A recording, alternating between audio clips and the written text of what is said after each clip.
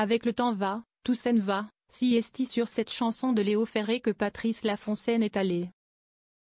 Décédé d'une crise cardiaque le 7 août dernier à l'âge de 84 ans dans sa demeure située à Oppède, dans le Luberon. L'ancien présentateur des chiffres et des lettres, de Pyramide, mais aussi de Fort Boyard, a été inhumé hier, vendredi 23 août, au cimetière du Père-Lachaise. La cérémonie s'est déroulée uniquement avec des proches, dans l'intimité. Si est ce que souhaitait l'épouse de Patrice Laffont, a indiqué un journaliste de BFM Télévision. Reste qu'aux côtés de la veuve du présentateur, Valérie Caroline Tavernier, avec qui il avait connu quelques turbulences, et de ses enfants Mathilde, Axel et Fabrice, qui emmenaient le cortège. Nombreuses ont été les personnalités du monde de la télévision et de la culture à venir faire un dernier adieu à cette figure du PAF, qui avait fait ses débuts sur le petit écran au début des années 70.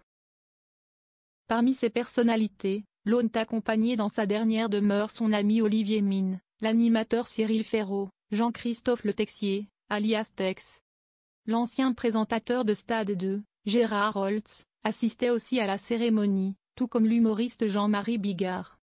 Parmi ses proches, on reconnaissait également Marie-Ange Nardi, qui avait été sa complice sur le jeu Pyramide, de même que le journaliste Jean-Jacques Bourdin. La ministre démissionnaire de la Culture, Rachida Dati, avait elle aussi fait le déplacement. Lors de sa mort, le 7 août dernier, elle avait publié un hommage dans lequel elle avait salué cet homme qui incarnait une certaine idée du service public et avait enchanté des générations de téléspectateurs par son espièglerie et son humour. Dans l'assistance, on pouvait noter une autre figure de la télé. Une personnalité qui a accompagné Patrice Laffont pendant de très longues années sur les chiffres et les lettres, Bertrand Renard. Bertrand Renard, l'ancien complice de Patrice Laffont, ne mâche pas ses mots. Ce passionné de mathématiques avait d'abord participé à des chiffres et des lettres en tant que candidat en 1974. Ses facultés prodigieuses en calcul mental avaient impressionné le public, mais aussi Armand Jameau, qui avait décidé de l'embaucher dès 1975. Il avait travaillé 14 ans aux côtés de Patrice Laffont, jusqu'à ce que ce dernier quitte le programme en 1989. Si est donc un homme qui connaissait particulièrement le défunt qui s'exprime dans Le Parisien suite aux funérailles de Patrice Laffont. Des mots qui ont d'autant plus de poids que si est la première fois qu'il prend la parole depuis le décès de son ancien collègue. Et il n'a pas hésité à livrer le fond de sa pensée pour dire que, selon lui, cette cérémonie n'aurait pas vraiment convenu aux disparus.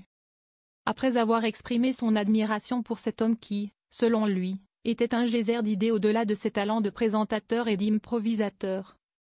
Après avoir souligné qu'il faisait partie des rares présentateurs à scène sortir sans prompteur et saluer son talent d'improvisateur, il est revenu sur ses funérailles. Et les mots de celui qui fut viré sans ménagement du programme qu'il présentait, détonnent.